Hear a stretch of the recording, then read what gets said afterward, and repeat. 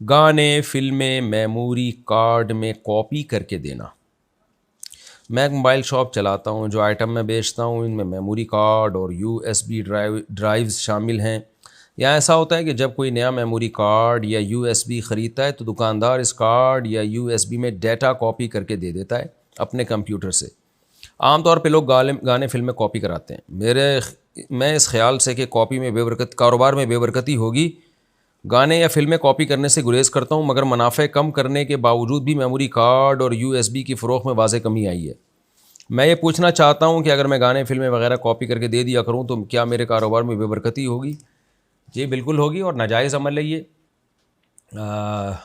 گانے یا فلمیں کاپی کر کے دینا جائز نہیں ہے، اس کی اجرت بھی آپ کے لیے حرام ہوگی، ناجائز ہوگی، اس سے ایوائڈ کریں آپ۔ باقی دین کے لیے کچھ قربانی تو دینی پڑتی ہے نا، اللہ کے لیے کچھ نہ کچھ قربانی دینی پڑتی ہے۔ دوران سجدہ پاؤں کا اٹھ جانا۔ مزمل شیخ کانپور سے پوچھتے ہیں، انڈیا سے، نماز میں سجدے کے دوران اگر ہمارے پاؤں زمین سے اٹھ جائیں تو کیا ہماری نماز نہیں ہوگی؟ میں نے کئی لوگوں سے سنا ہے کہ نماز نہیں ہوتی۔ نہیں، یہ غلط سنا ہے آپ نے۔ اگر تھوڑی دیر کے لیے بھی انگوٹھا زمین پہ ٹک جائے تو فرض ادا ہو جاتا ہے، باقی یہ غلط ہے، گناہ کی بات ہے۔ سنت موقدہ یہی ہے کہ دونوں پاؤں کو آپ انگوٹھوں کو قبلے کی طرف رخ کر کے ٹکا کے رکھیں۔ تو اگر یہ سنت موقدہ ہے، اس پر عمل نہیں کرتے تو گناہ ہوگا آپ کو۔ اگر یعنی آپ دونوں پاؤں کو نہیں ٹکاتے سجدے میں اور اٹھا کے رکھتے تو گناہ ہوگا۔ البتہ اگر دونوں پاؤں سجدے میں مکمل اٹھے رہیں، ایک سیکنڈ کے لیے بھی ایک پاؤں بھی زمین پہ نہ لگے، پھر سجدہ آپ کا نہیں ہوگا، کیونکہ سجدہ 7 اعضاء پر ہوتا ہے۔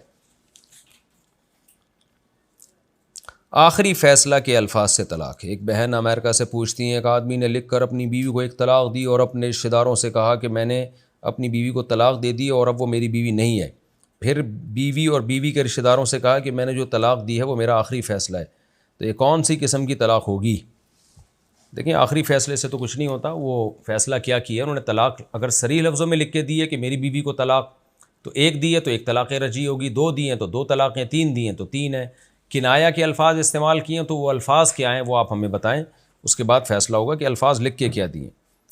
تو کم سے کم تو ایک تو ہو ہی گئی ہے جو رجعی ہوتی ہے، باقی ڈیٹیل جاننے پر پتہ چلے گا۔